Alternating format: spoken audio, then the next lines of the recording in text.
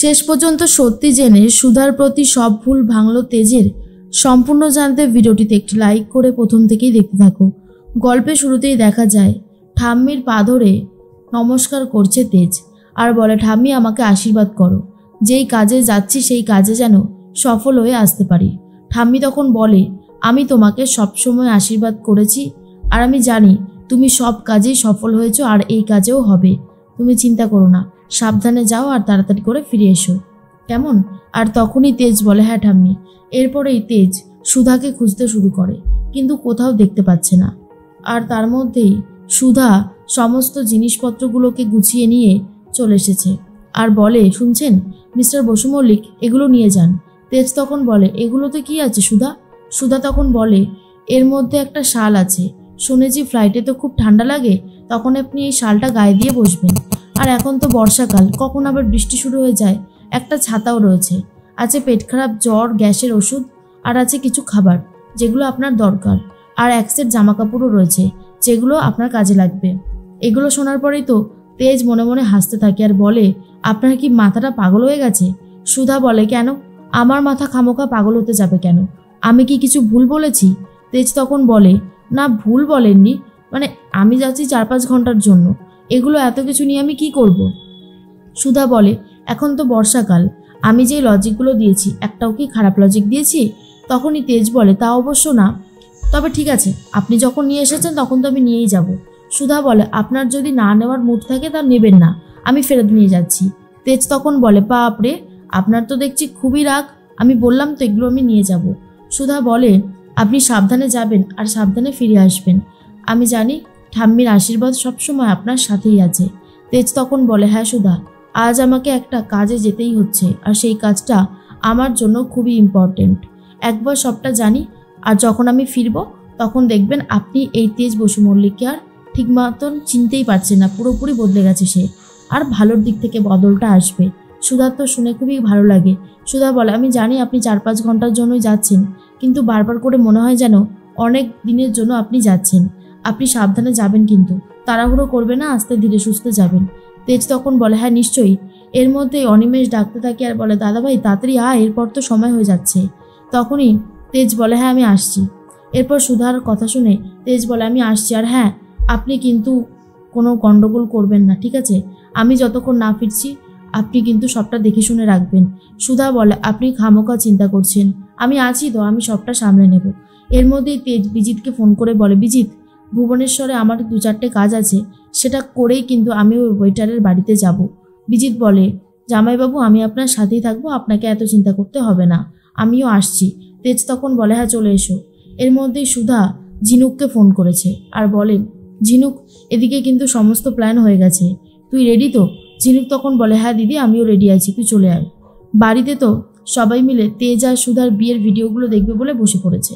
আর তখনই দাদু বলে, কানন, তুমি এই পরিবারটাকে শাসন দিয়ে সংস্কার দিয়ে বাঁধতে চেয়েছিলে, আর আমাদের বড়নাথ বৌমা ভালোবাসা দিয়ে সবাইকে কি সুন্দর একসাথে আগলে রেখেছে।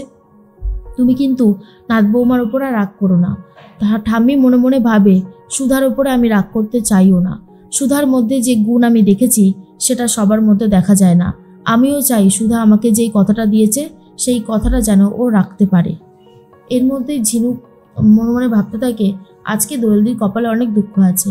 দোয়েলের মা দোয়েলের হাত ধরে টানতে টানতে রাস্তা দিয়ে নিয়ে যায় আর বলে, তোর বাপ কাকা দাদারা কোনোদিন যে সমস্ত ছাইপাস জিনিস স্পর্শ পর্যন্ত করেনি আর তুই সেগুলো খেয়েছিস, তোর একদিন কি আমার একদিন। আর তখনই দোয়েল বলে, আমি এসব কিছু করিনি মা, ওই ঝিনুকের জন্যই এসব কিছু হয়েছে। এর মধ্যেই লুকিয়ে লুকিয়ে কাতলা দেখতে থাকে দোয়েলের কাণ্ড কারখানা আর বলে, এদিকে যে ফোনটে বললো দোয়েলের সাথে দেখা করতে যাচ্ছে, এখানে আবার ঝিনুকের প্ল্যানের কথাও বলছে, মনে হচ্ছে কোনো একটা ফাঁদ পেতেছে কেউ। আমাকে ফোনটাকে সাবধান করতেই হবে, যেভাবেই হোক না কেন। আমি এইরকমভাবে চুপ করে থাকতে পারবো না। তার মধ্যেই মনে মনে সুধা ভাবে, ঝিনুক, আমাদের কিন্তু যা করার ঝটপট করে করতে হবে, মন্দিরের সামনেই কিন্তু ফোনটেরা উপস্থিত থাকবে। ঝিনুক তখন বলে, দিদি যেটা তুই করতে যাচ্ছিস সেটা পারবি তো? আমার কিন্তু খুবই নার্ভাস লাগছে। তখনই সুধা বলে, নার্ভাস হোস না, আমি তো তোর সাথে আছি, তুই শুধু দেখতে থাক কত কি হতে থাকে। এদিকে ফোনটে দোয়েলকে বিয়ে করবে বলে অনেক বেশি এক্সাইটেড, মালা নিয়ে এসেছে আর বলছে, কখন যে আসবে দোয়েল ডার্লিং বুঝতে পারছি না। কাতলা ফোন করছে ফোনটাকে সাবধান করার জন্য, কিন্তু কাতলার ফোনটে না ধরেই কেটে দেয় বারবার করে, আর বলে কেন যে এইটা ফোন করছে কে জানে, এখন আমি কারোর ফোনই ধরবো না, এখন আমি আমার কাজ করব। এদিকে বিজিতের সাথে গাড়িতে বসে কথা বলতে থাকে তেজ। বিজিতও রয়েছে সাথে। তেজ তখন বলে, বিজিত আমি 2-3 ঘন্টার একটা কাজ সেরেই চলে আসছি। বিজিত বলে, ঠিক আছে জামাইবাবু, আমাকে তাহলে এই অ্যাড্রেসে নামিয়ে দিন। আমি এই অ্যাড্রেসে নেমে ওই ওয়েটারের বাড়িটা খুঁজতে শুরু করি। তেজ তখন বলে, তুমি একা একা পারবে তো? বিজিত বলে, হ্যাঁ পারবো। এইটুকু কাজ পারবো না সেটা হয় নাকি? আপনি দেখবেন আজকেই সুধার প্রতি আপনার সমস্ত ভুল ধারণাগুলো ভেঙে যাবে। এর মধ্যে বিজিতকে নামিয়ে দেয়। বিজিত সেই অ্যাড্রেস ধরে সবটা খুঁজতে শুরু করে, বাড়ি কোথায়, সেই ছেলেটা কে, কোথায় রয়েছে সবটা। আর অন্যদিকে সুধাকে ফোন করছিল তেজ আর বলে, আপনি কোথায় রয়েছেন?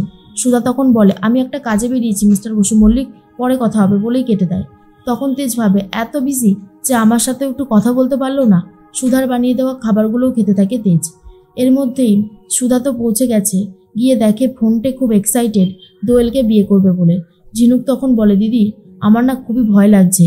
সুধা বলে, ভয় পাস না, আমি তোর সাথেই আছি, তুই এত ভয় পেলে চলবে কি করে বলতো, এত বেশি নার্ভাস হোস না। এর মধ্যেই ঠাম্মি তখন ভাবে, সুধা তো আমাকে কথা দিয়েছিল, কই সেই কথা তো রাখলো না এখনো পর্যন্ত। তখন দাদু বলে, আমি জানি কানন, তুমি এটাই ভাবছো সুধা তো দেওয়া কথা রাখলো না। দাঁড়াও, আজকের দিনটা কিন্তু এখনো চলে যায়নি, আজকের দিনটা এখনো আছে, তাই আমরাও সবটা জানতে পারবো। এর মধ্যেই বিজিত চলে গেছে সেই ওয়েটারের বাড়িতে আর বলে, কিরে আমি এতবার করে তোকে ফোন করছি, তুই ফোনটা সুইচ অফ করে রেখেছিস কেন? আরে কি, ফোন তো অন আছে। তখনই সেই ওয়েটার বলে, আসলে স্যার আমি নাম্বারটা চেঞ্জ করেছি। বিজিত বলে, আচ্ছা আমার সাথে এসো বলছি, বলেই নিয়ে যা। আর এরপর তেজকে ফোন করে বলে, জামাইবাবু আমি ওকে পেয়ে গেছি, ও আমার সাথেই আছে। তেজ তখন বলে, ঠিক আছে ওকে ধরে রাখো, আমি আসছি, আমার এদিকের কাজ মিটে গেছে, আমি তোমাকে যেখানে নামিয়ে দিয়েছিলাম সেই জায়গাটাতেই আসছি। এদিকে দেখা যায় যে সুধা বিপদে পড়ে গেছে। কাতলা চলে এসেছে ফোনটাকে বাঁচাতে। কাতলা পুরো টিম নিয়ে চলে এসেছে দেখে সুধা ঝিনুককে বলে, ওদের সাথে গায়ের জোরে তো পেরে উঠবো না, বুদ্ধি দিয়ে কিছু একটা করতে হবে। নিচেই একটা দড়ি পড়ে রাখা ছিল, আর সেই দড়িটা নিয়ে কাতলার গায়ে সুধা এমনভাবে ছুড়ে যেন মনে হয় সাপ ছুঁড়ে মেরেছে। আর কাতলা তো অনেক বেশি ভয় পেয়ে যায়। আর সুধা তখন ভাবে, এবারে আমাকে যা করার করতে হবে। ঝিনুক তখন বলে, দিদি এবারে কিন্তু ফোনটে আর এই কাতলাকে নিয়ে যেতে হবে তোর ঠাম্মির কাছে, তাহলেই সবটা সত্যি সামনে আসবে। অন্যদিকে তেজ ভাবে, সুধা আমি আসছি আপনার কাছে, এই তেজের বদলটা দেখলে আপনি অনেক খুশি হবেন।